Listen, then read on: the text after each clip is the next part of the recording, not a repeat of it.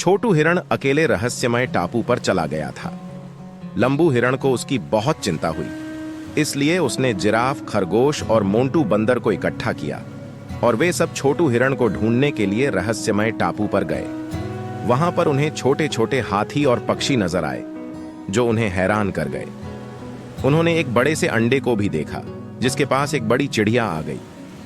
चिड़िया से बचने के लिए वे एक गुफा में छिप गए, लेकिन गुफा में वे एक छोटे शेर से भी मिल गए। इसके बाद वे एक महल पर पहुंचे जहां उन्होंने एक बड़ी चींटी को देखा जो यहां की रानी थी। उन्होंने छोटू हिरण को भी वहीं पाया जो यहां आकर कैद हो गया था।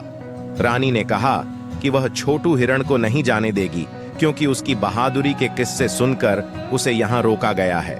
छोटू हिरण द्वारा रहस्यमय टापू के बारे में जानकारी देने के बाद लंबू हिरण, जिराफ, खरगोश और मोंटू बंदर को चिंता हो गई।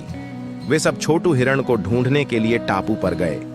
वहां पर उन्हें कई अजीब और अनोखी चीजें दिखाई दीं, जैसे छोटे छोटे हाथी, पक्षी और एक बड़ा अंडा। जब वे एक गुफा में छिपे तो वहां एक छोटा शेर मिल गया। उन्हें एक महल में भी जाना पड़ा जहां एक बड़ी चींटी रानी थी।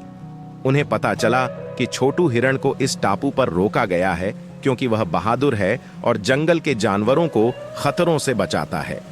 जब लंबू हिरण ने चींटी रानी से जाने का प्रस्ताव रखा, तब उसे पता चला कि इस टापू पर हर 4 दिन में एक बार एक दानव आता है और जानवरों को मारकर खा जाता है।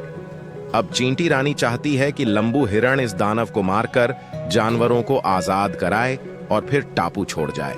लंबू हिरण यह सब सुनकर परेशान हो गया क्योंकि उसे नहीं पता कि वह इस दानव का सामना कैसे करेगा।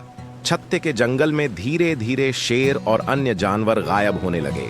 जग्गू बंदर और भीमा हाथी ने देखा कि वे अपने आप इस सुंदर जंगल में पहुंच गए हैं। मधुमक्खियों की रानी ने कहा कि अब इस जंगल का राजा शेर नहीं होगा, बल्कि वह ही इस जंगल की रानी होगी और सभी जानवर उसके आदेश का पालन करेंगे।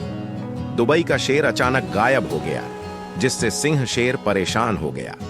मधुमक्खी रानी ने स्पष्ट किया कि इस जादुई जंगल में उसने ही सभी जानवरों को लाया है और अब सिंह शेर को अपनी गलती मानकर क्षमा मांगनी होगी। अंत में सिंह शेर ने माफी मांगी और सभी जानवर अपने अपने जंगल में वापस चले गए।